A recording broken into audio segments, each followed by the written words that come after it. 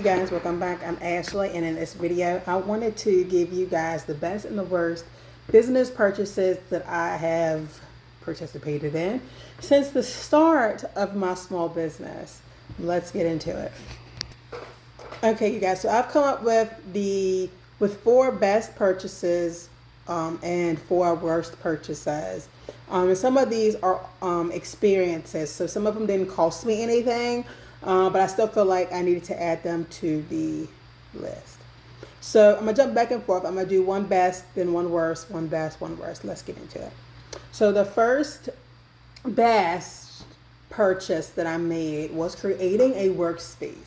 Now this is kind of like a good and a bad thing, because when I have my mind set on something, I go ahead and make it happen.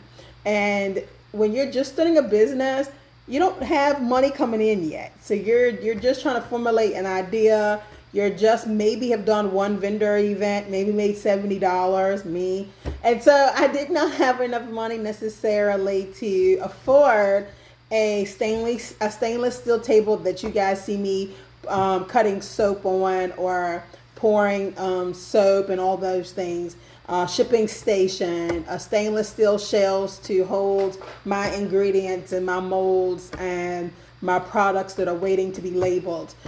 Storage shelves, so those beautiful white shelves that are in my soap studio that hold all of my products, so I can see my inventory and be able to pull from the shelves when I get orders or package up my inventory to take with me to events, as well as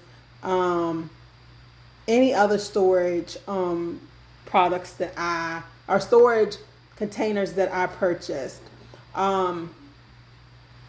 Mostly everything that I purchased came from Amazon. I have my little cheat sheet notes, so I'm not rambling, but it allows me to be able to create a workspace that allowed me to focus seriously on my craft. And that is a great purchase for me, and has definitely paid off. It is a one-time purchase, thankfully. I do want to add in this a mixer, because most of my products are whipped. So having a mixer has been super helpful than trying to whip it up with a spoon. It makes my arms kind of tired. So having a mixer is super important, and a heavy duty one.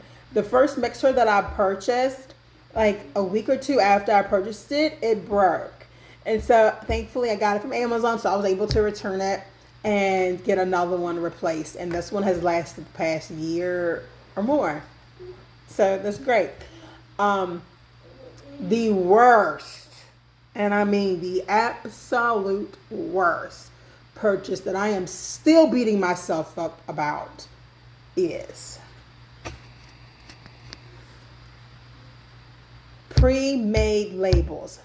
3 months into my business, I went to a small business owner that did, I know, 300 sheets plus.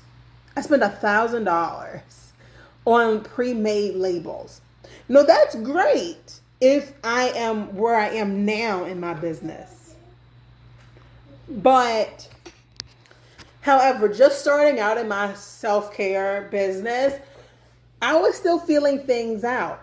For example, all of my bar soap labels have me using shea butter and mango butter and sunflower seed oil, I believe, or some other type of oil. I don't even know.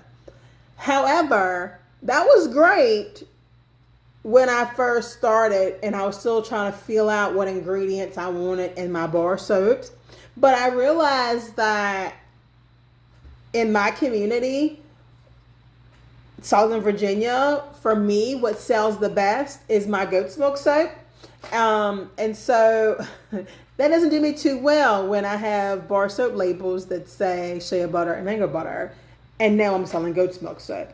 And so I literally have to try to still use the label. I cut off the ingredient section of it, and then just have the label with the name of my product on it and my logo, just to try to use up those labels.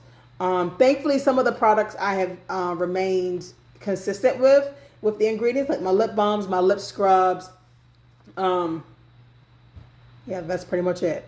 Everything else I have changed the ingredients, or I have discontinued the product, which sucks that I have 50 plus sheets of labels that I don't even do anymore. Like my body washes. I don't do body washes anymore. So it's just like I wish that I had used like Avery or something from Walmart labels and created my own labels and done it that way, which is currently what I'm doing now when I'm creating new bar soaps. I use Avery and things like that to create my own labels. So huge waste, $1,000 almost down the drain pretty much. Going back to a best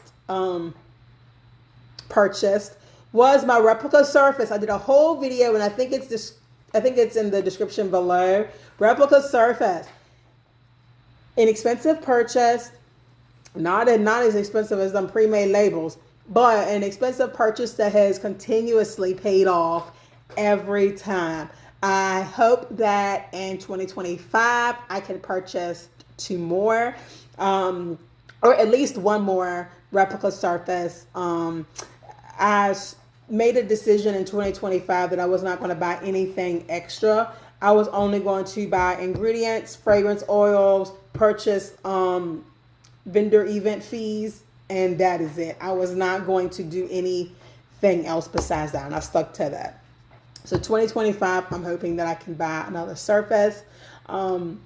Photography, I encourage people to really invest in their photography. I know when I first started, my photos were not the best, and I've done videos on that as well. But I think it has definitely made a difference when it comes to my photography, especially like on Etsy and on my website. It has made a difference in my sales. And it's also more professional, and it's cheaper than hiring somebody to do your photographies, photos every time you create a new product. Because if you create new products like myself, I do a new product every month, or I do it seasonally.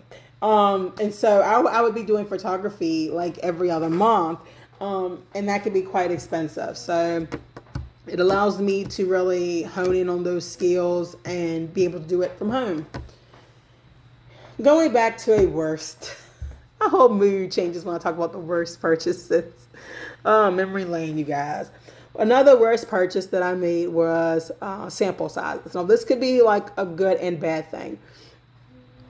When I created the All Things Mental Health by Ashley core line, I did research on what core scent should be on a person's core line. And they said a fruity, a earthy, a floral, a sweet, and so forth and on. And so all of the scents that I started out with, I currently have 2 years later. And I have my best sellers, I have my not so good sellers, but for the most part, they all sell. And so I have made a commitment in 2024 to increase. Instead of buying 2 ounces or 1 ounce, I have made a commitment to not do that, to buy 4 ounces to 16 ounces, because it saves you money in the long run. It's a lot up front, but it saves you money in the long run. 1, 2, there is no tip, because that's just the main thing. It saves you money in the long run. But on the other end, though, I could see why people do buy small sizes, because you don't know how something is going to do, and you don't want to be stuck with like 16 ounces of a fragrance oil that smells bad or doesn't sell well. So I get it. But for me, I can sell anything. I can sell anything. I can make anything, whether it's me changing the name of it or putting it in a body butter or in a soap versus a body butter. I can make anything pretty much happen. But I do still buy some, as I'm trying to in 2025 start doing monthly soaps and advertising them only to my subscribers on my website that do the soap subscription. They will be the only ones that are able to get my soap of the month going forward. And so I will be doing a soap of the month. So each month will be a different soap. along with the spring and the seasonal collections. And so on those soaps, I am going to buy probably a 2 ounce, just because it's just going to be for that month I'm doing that soap. It's not like it'll be long term. But on the other end, it could be long term, because maybe that's a soap that I may want to integrate for that season in the future. Like, for example, Hocus Pocus was the soap of the month for this October, and it may be the soap of the month for next October. And that's just because of how popular it was in the fall for October. And so I did buy a 4 ounce for that, and thankfully I should not have to buy another one next year. And so it can be beneficial to go ahead and buy that 4 ounce or 16 ounce. Maybe that 4 ounce. But definitely not that 1 or 2 ounces. Going back to a best purchase, which was not a purchase, but it was an experience. It was a course for local small business owners hosted by COSTARTERS. It was a boot camp. I don't know exactly what COSTARTERS is exactly. I don't know if they have one where you guys are, but it is a boot camp for small business owners. They don't care where you are at in your small business journey. I did a whole series on COSTARTERS and my boot camp experience. Go check it out. But I know that the local university hosted it. They have a small business, whatever, and they help out small business owners. And I'm actually supposed to be getting in contact with one of them next week, the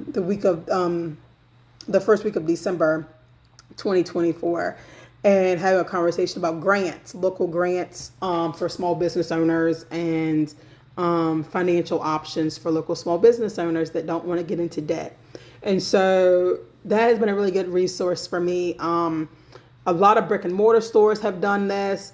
And you also have the ability to do a pitch at the end of the boot camp. I did not do it, but you have the ability to do a pitch at the end, and that pitch, if you win, you are able to win thousands and thousands of dollars. So each person that wins, which can be like 5 or 6 people out of 13. So majority of everybody gets something. It's just $1,000 all the way up to $25,000 to use on your business, open up a store, equipment, whatever. So that's what I'll be.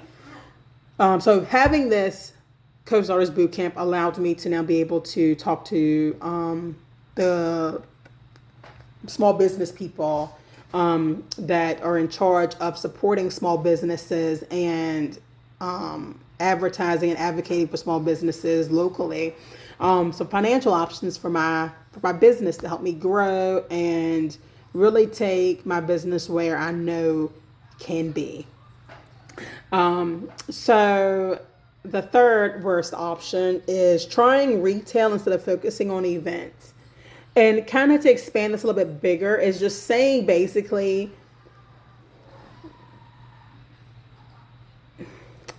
I don't know a better way to say this, but just trying to not being an individual, not doing what I see others do that may not necessarily be good for my brand.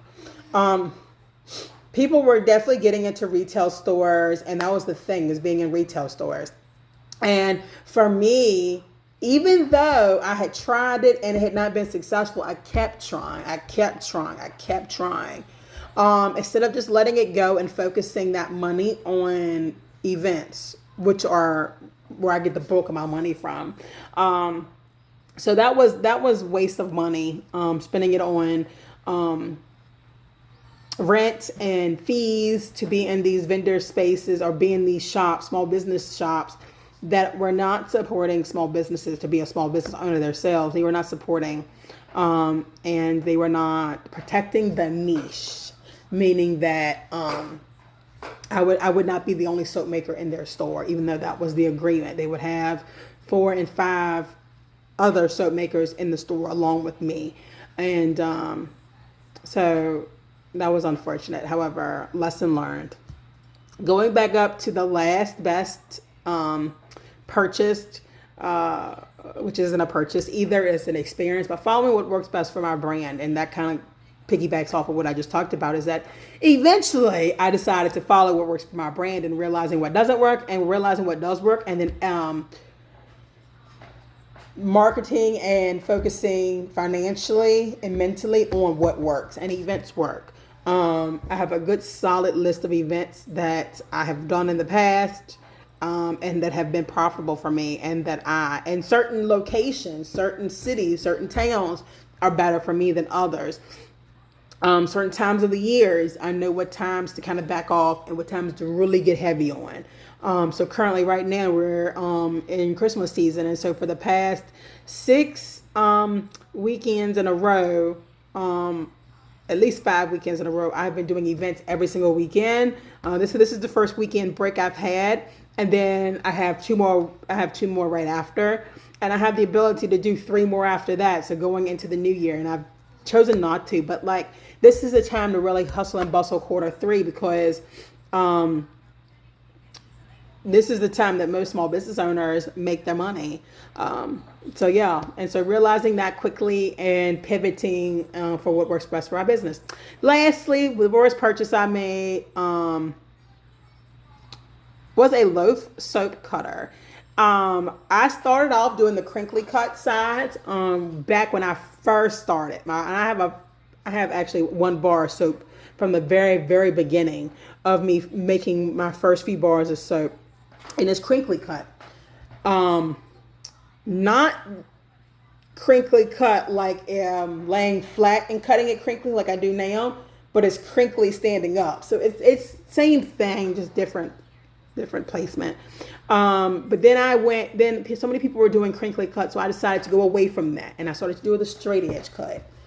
And then I was like, but I don't like it. And so then I decided to do the mold cut. And that didn't work. I didn't like that. And so I went back to the crinkly cut, which is what I do now. And so it's kind of going back to that, staying true to what I like and what I enjoy and what I know works for my business, versus allowing outside influences to influence how I run my business. I hope you guys enjoyed it. Please let me know in the comments below, what is your best and worst purchase for your small business? Whether your business is a branding business, whether it's a coaching business, whether it's actually a product making business. Let me know in the comments below what your best and worst purchases, experiences have been, hopefully to help out other people that are thinking about starting a small business in 2025. Thank you. Bye.